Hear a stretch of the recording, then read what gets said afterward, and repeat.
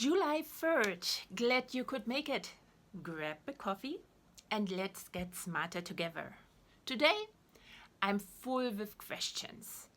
They all circle around the ways lower level patterns become higher level patterns. What I mean by that is already competent parts connecting to become a larger emerging collective intelligence. It takes policies and a mechanism. After merging, bonding, connecting, whatever you want to call it, the parts continue to go after their business.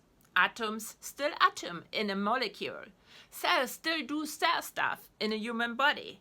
But they are now doing it in a way that is coherent with a higher level goal. The result is a lower overall energy level of the new structure and a higher capacity to process and store data inside the structure. I'm not meaning artificial intelligence. How does it work for humans, as this is the next rung of the evolutionary ladder? The current opinion is, and here I am referring as an example to Robin Dunbar, who said that once societies scale up, they will need chiefs to direct and a policy force to ensure that social rules are adhered to.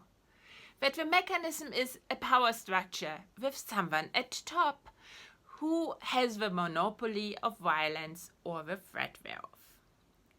The emphasis of this structure and the violence gathered at the top had lessened when more people were allowed to participate in the act of governing, like women or people of color or, well, anyone but white men. The power differences between a low-level person, an average Joe or Jane, and those chiefs had become smaller. But it becomes more pronounced now again.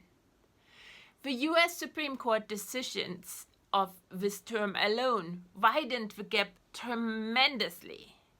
And not just for the US, because the US is the example for the whole world right now. I have shown in this post that this power structure, in a post on June 30th, that this power structure with a monopoly on violence at the top can't be the mechanism that the physical universe provides. I even suspect that it is an anti-glue, something that's actively preventing the natural actual bonding.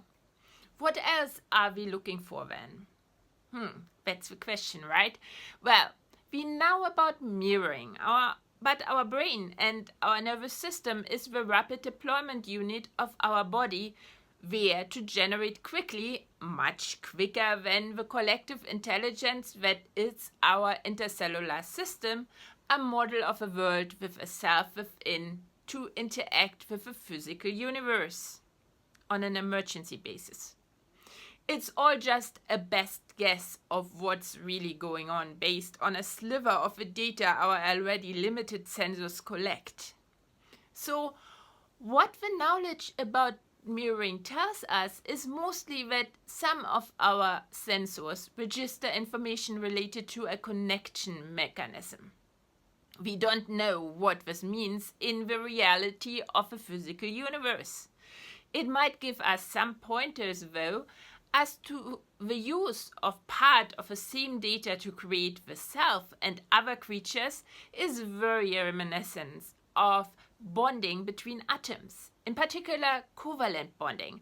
And I think it's also worth looking at crystal latticing. So covalent bonding, I will go deeper into the basics tomorrow, but let's start with a definition. A covalent bond is an interatomic linkage that results from the sharing of an electron pair between two atoms. The binding arises from the electrostatic attraction of their nuclei for the same electron. Both atoms want one more electron, and so, see, just share each one of their own. Dissecting this, I can't stop and hear my yoga teacher say, energy flows where the mind goes.